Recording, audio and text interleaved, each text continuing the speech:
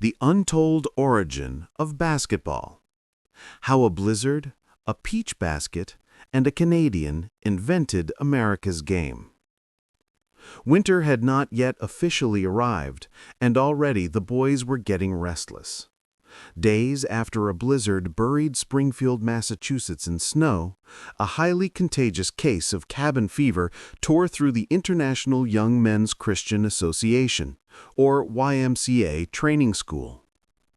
The unruly students roughhoused in the halls and wouldn't quiet down. Even a modified game of football in the gymnasium failed to burn off their excess energy. A teacher's challenge. James Naismith, a second-year graduate student who had recently been appointed a physical education instructor, took up a teacher's challenge to develop a game that would keep the pupils active in the winter months. The 30-year-old Canadian native drew on his knowledge of rugby, lacrosse, and a childhood game known as Duck on a Rock, which combined tag with throwing, to dream up a new sport. On December 21, 1891, Naismith cleared the athletic equipment off the gymnasium's wooden floor and picked up a soccer ball. He asked a janitor for 2 square boxes, but the best the custodian could do was a pair of peach baskets, which Naismith mounted to the lower rail of the gym's balcony, about 10 feet off the ground. I called the boys to the gym, divided them up into teams of 9, and gave them a little soccer ball. He showed them 2 peach baskets I'd nailed up at each end of the gym, and I told them the idea was to throw the ball into the opposing team's peach basket. I blew the whistle, and the first game of basketball began. The only rule Naismith gave to the boys was to get the soccer ball into the bottom of the peach basket, from which it was retrieved by students in the balcony. The lack of guidelines, however, soon proved problematic. The boys began tackling, kicking, and punching in the clinches. Before I could pull them apart, one boy was knocked out, several of them had black eyes, and one had a dislocated shoulder. It certainly was murder, Naismith said in the 1939 broadcast, which is thought to be the only existing recording of his voice. The game may have been rough, but it was fun. After that first match, I was afraid they'd kill each other, but they kept nagging me to let them play again. So I made up some new rules.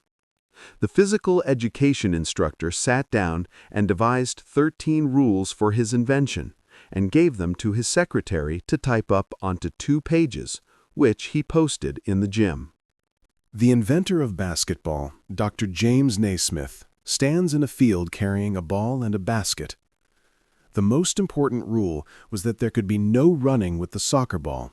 It could only be thrown or batted from the spot where it was caught. That stopped tackling and slugging, Naismith said. We tried out the game with those rules, and there were no casualties. We had a fine, clean sport. Naismith had considered instituting free throws as penalties for teams committing fouls, but found that, after a little practice, a good thrower could convert it into a goal almost every time. Instead, the original rules called for a player making 2 consecutive fouls before the scoring of a basket to sit out until the next goal. 3 consecutive fouls by a team resulted in a score for the opponents. There was to be no shouldering, holding, pushing, tripping, or striking in any way in the game, which was composed of 2 15-minute halves. Naming the game.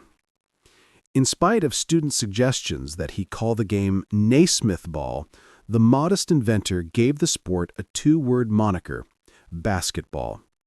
In an article that ran in the January 15, 1892 edition of The Triangle, which was distributed to YMCAs around the country, Naismith detailed his 13 rules for a new game of ball that calls for physical judgment and coordination of every muscle and gives all-around development.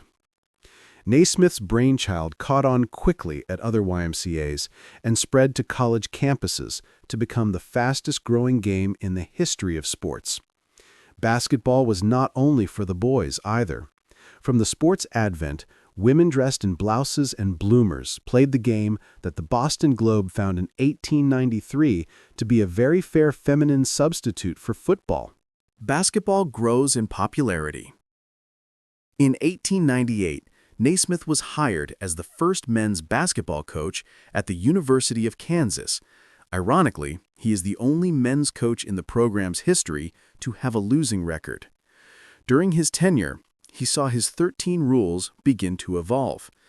The bottoms were eventually cut out of the peach baskets to make them hoops, and free throws ultimately gained favor to become part of the game. Dribbling was introduced in 1901. While Naismith initially wrote that team sizes could range from 3 to 40 players, depending on the size of the floor space, 5-player squads became the norm. The first basketball team, consisting of 9 players and their coach on the steps of the Springfield College Gymnasium in 1891, are shown. Dr. Naismith is in civilian clothes. Naismith's original 13 rules, complete with a handwritten line edit, now reside at the University of Kansas after alumnus David Booth, who grew up in eyeshot of the campus, purchased them at auction in 2010 for $4.3 million. The price fetched by the 2 yellowing pages even eclipsed that of a copy of the Emancipation Proclamation signed by Abraham Lincoln and once owned by Robert Kennedy, that was up for bid at the same auction. Earlier this year, a new display featuring the rules was unveiled in a 32,000-square-foot building adjacent to the university's basketball arena. Basketball rulebooks have gained considerable heft since Naismith concocted the first guidelines 125 years ago. The National Basketball Association's official rulebook is now more than 65 pages long and dictates everything from where coaches may stand on the sideline to the need for players to tuck in their shirts to something that Naismith could never have dreamed of, the use of instant replay to aid referees. James Naismith's Original Rules of Basketball Display, developed in 1891. Naismith's 13 Original Rules. The ball may be thrown in any direction by one or both hands. The ball may be batted in any direction with one or both hands, never with the fist. A player cannot run with the ball. The player must throw it from the spot on which he catches it, allowance to be made for man who catches the ball when running if he tries to stop. The ball must be held by the hands. The arms or body must not be used for holding it. No shouldering, holding, pushing, tripping, or striking in any way the person of an opponent shall be allowed. The first infringement of the rule by any player shall count as a foul. The second shall disqualify him until the next goal is made, or if there was evident intent to injure the person for the whole game, no substitute allowed. A foul is striking at the ball with the fist, violation of Rules 3, 4, and such as described in Rule 5. If either side makes 3 consecutive fouls, it shall count a goal for the opponents. Consecutive means without the opponents in the meantime making a foul. A goal shall be made when the ball is thrown or batted from the grounds into the basket and stays there, providing those defending the goal do not touch or disturb the goal. If the ball rests on the edges and the opponent moves the basket, it shall count as a goal. When the ball goes out of bounds, it shall be thrown into the field of play by the person first touching it. In case of dispute, the umpire shall throw it straight into the field. The thrower-in is allowed 5 seconds. If he holds it longer, it shall go to the opponent. If any side persists in delaying the game, the umpire shall call a foul on that team. The umpire shall be the judge of the men and shall note the fouls and notify the referee when 3 consecutive fouls have been made. He shall have the power to disqualify men, according to Rule 5. The referee shall be the judge of the ball, and shall decide when the ball is in play, in bounds, to which side it belongs, and shall keep the time. He shall decide when a goal has been made, and keep account of the goals, with any other duties that the referee usually performs. The time shall be 2 15-minute halves, with 5 minutes rest between. The side making the most goals in that time shall be declared the winner.